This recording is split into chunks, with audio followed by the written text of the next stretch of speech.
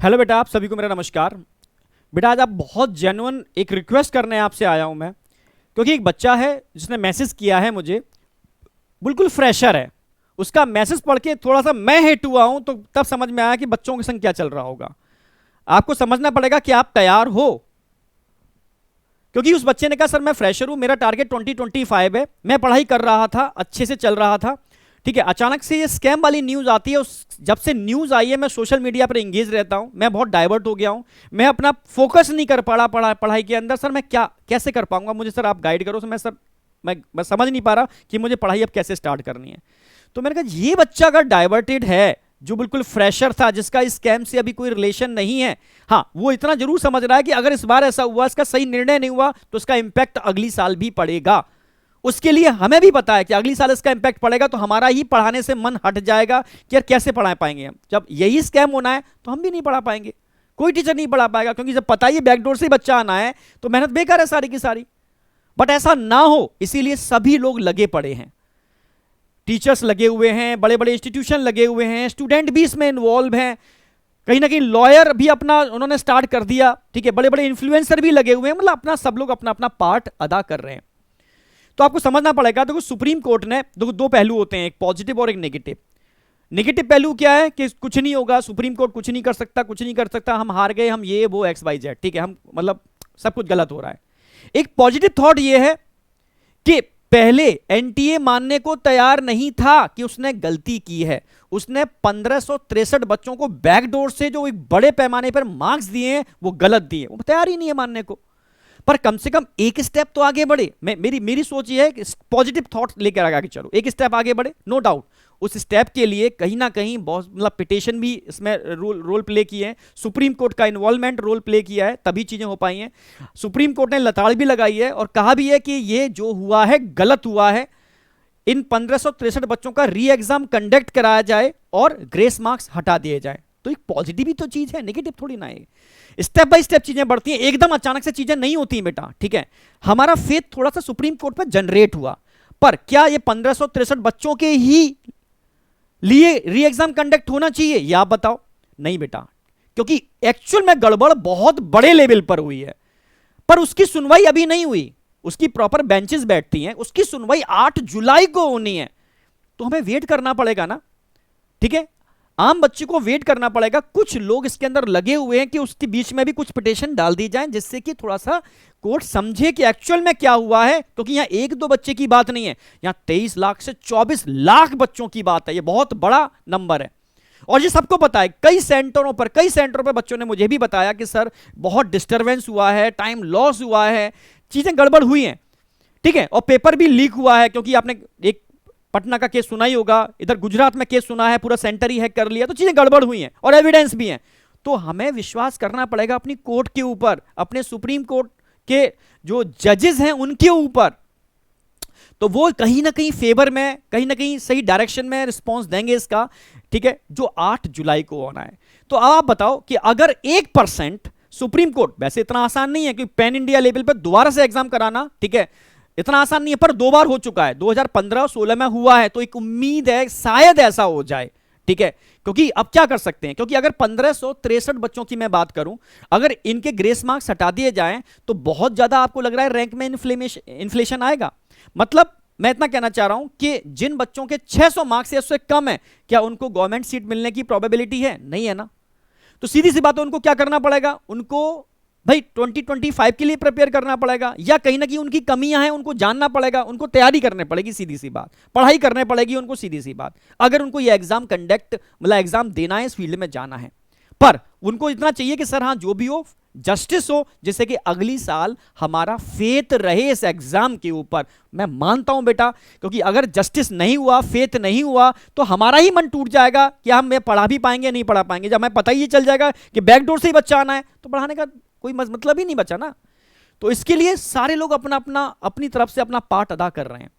तो बस मैं ये जानना चाह रहा हूं कि एक्चुअल में आपके अगर मार्क्स 600 से कम है तो आपको पढ़ाई करने पड़ेगी। कोई बच्चा फ्रेशर है तो उसको पढ़ना पड़ेगा।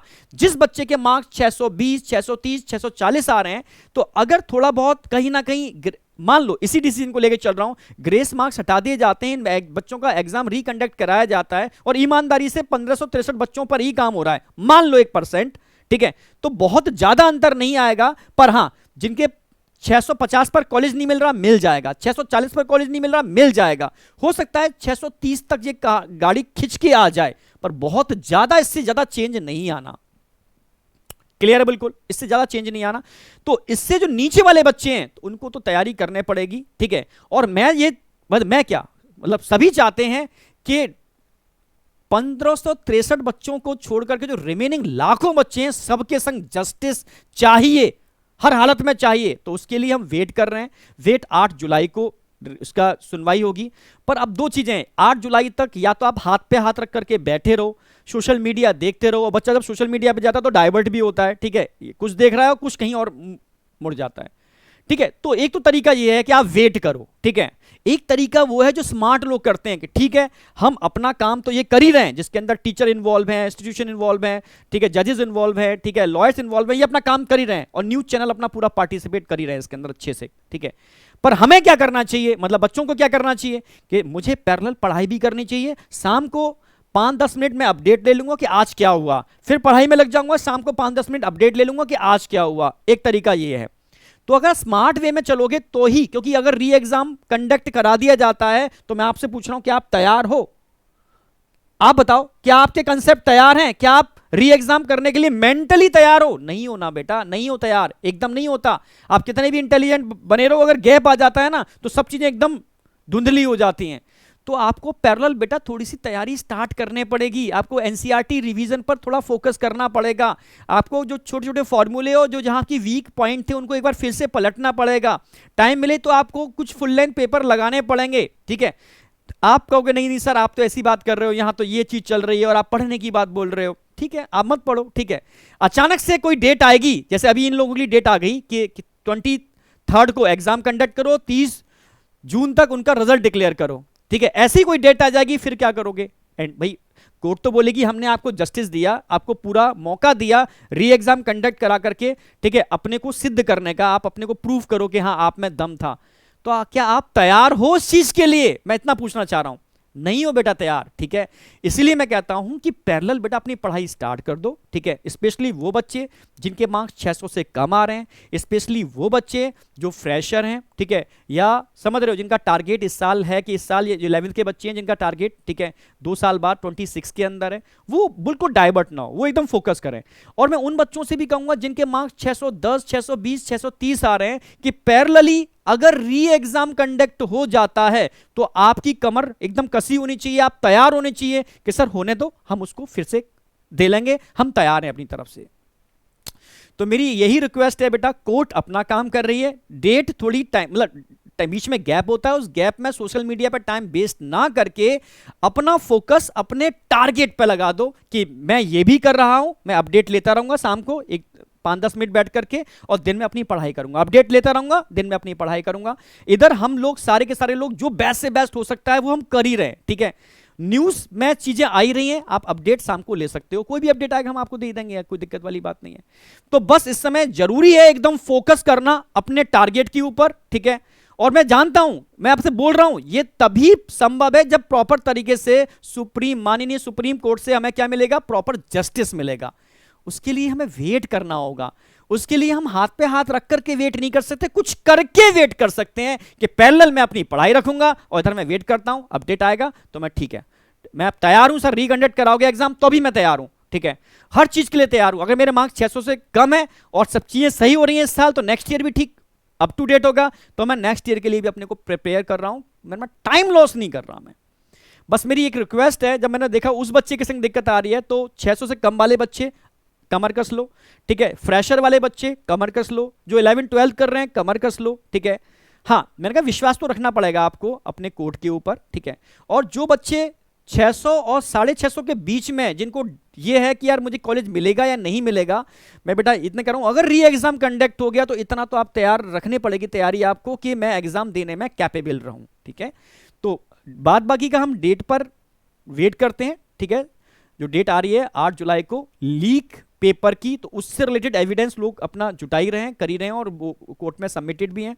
तो उसका फैसला मुझे पता है कि कोर्ट हमेशा बच्चे के फेवर में ही जाती है, और सुप्रीम कोर्ट पर सबको विश्वास है, जो भी होगा बेटर होगा। बस आपको अपना बेटर करना है, आपको अपना फोकस करना है कि मैं क्या कर रहा हूं। वो तो अपना काम कर रहे हैं, मैं क्या कर रहा हूं, क्या मैं सोशल मीडिया पर टाइम बर्बाद कर रहा हूं? ठीक है, आप समझ रहे हो? हाँ, अगर आप कोई पिटिशन फाइल कर सकते हो तो आप कर दो, उसमें कोई दिक्कत नहीं है। उसमें एक लॉयर को बोल करके आप एक एफिडेविट बना करके साइन करके देने होते हैं, ठीक है, कई लोग मिल करके, तो वो आप कर सकते हो, ठीक है। पर पैरेलल अपनी पढ़ाई जारी रखो बेटा, ठीक है, वो बहुत जरूरी है।